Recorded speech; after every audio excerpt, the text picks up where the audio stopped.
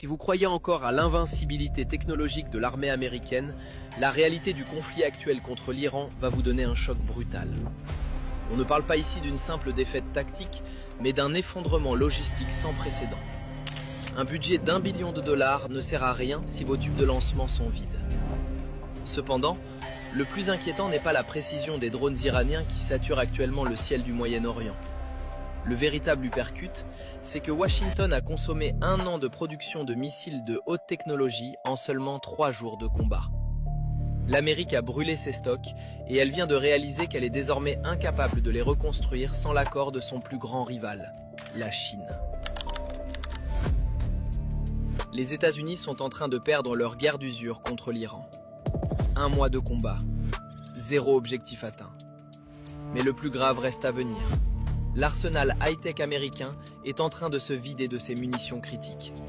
C'est le résultat d'une planification absolument catastrophique. Des années de stock ont été brûlées en seulement quelques jours. Regardez ces chiffres. 11 intercepteurs lancés pour arrêter un seul missile balistique iranien. Résultat, échec total. Aucun n'a touché sa cible. Même fiasco au Qatar avec 4 échecs consécutifs. Même scène à Dubaï avec des missiles patriotes qui frappent le vide. L'oncle Sam prétend qu'il gagne. Donc, tout le monde devrait être rassuré, n'est-ce pas? Sauf que les pays du Golfe ont appliqué la doctrine du génie militaire à l'envers. Criez très fort que vous avez des munitions alors que vos coffres sont vides. Désormais, les systèmes d'armes américains au Moyen-Orient sont à sec. Tous les voyants sont au rouge vif. On parle d'une rupture totale d'ici quelques semaines. Cela concerne les missiles Tomahawk, mais aussi les systèmes Patriot et THAAD. Comment est-ce possible avec un budget militaire qui dépasse le billion de dollars? C'est un mystère pour le contribuable.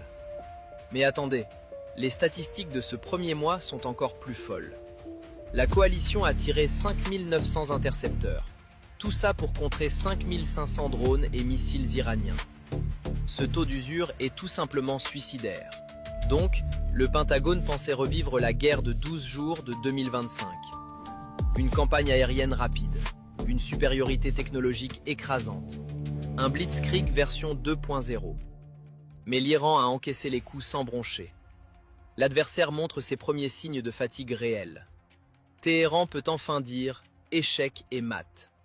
Vous pensez que le problème s'arrête à ces quelques missiles manquants? La vérité est bien plus sombre. Si l'Amérique veut reconstruire son arsenal, elle doit d'abord demander la permission à son pire ennemi.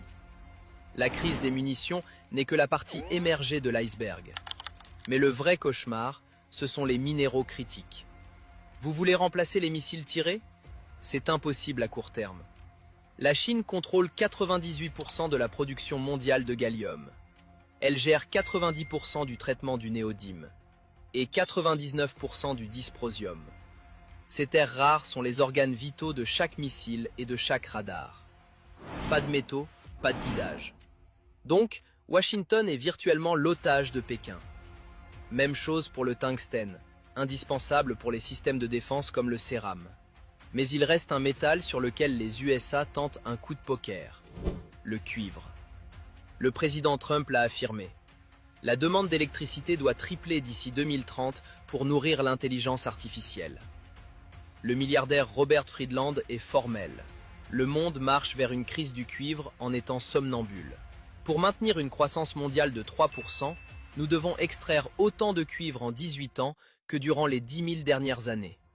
Vous ne rêvez pas. Sans cuivre, pas d'électrification, pas de centre de données, pas de guerre. La demande est délirante. L'offre s'évapore.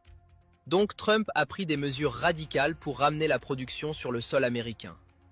Décret présidentiel. Tarif douanier de 50% sur les importations. Le cuivre est désormais une question de sécurité nationale absolue. Même Stanley Druckenmiller, considéré comme le plus grand investisseur macro de l'histoire, parie tout sur le cuivre. Mais ce n'est pas un pari de génie. C'est une évidence mathématique. Le marché est ultra tendu pour les 8 prochaines années. C'est là qu'intervient une opportunité spécifique que je voulais vous montrer. Giant Mining Corp. Il possède le projet Majuba Hill dans le Nevada. C'est une ancienne mine qui produisait du cuivre, de l'étain et de l'argent. On parle de 1270 tonnes de cuivre extraites historiquement, plus de 5 tonnes d'argent et 180 kg d'or.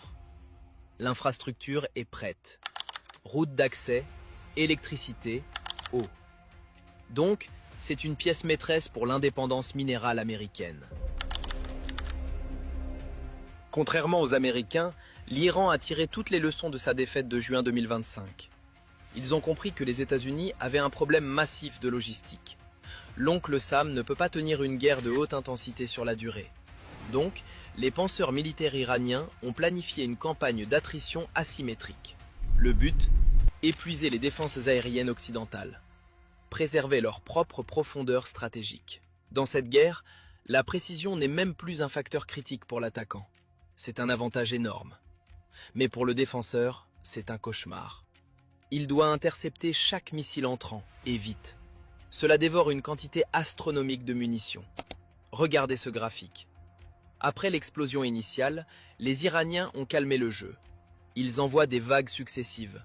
Des essaims de drones bon marché mixés avec des missiles low cost. C'est une avant-garde sacrifiable. Donc, Téhéran force un ratio de coût punitif. On échange des intercepteurs à plusieurs millions contre des plateformes qui coûtent une fraction de ce prix. Cette tactique de saturation a créé un goulot d'étranglement logistique catastrophique. Et nous n'en sommes qu'à 1 mois de guerre. Voici le diagramme des systèmes utilisés par les USA et Israël.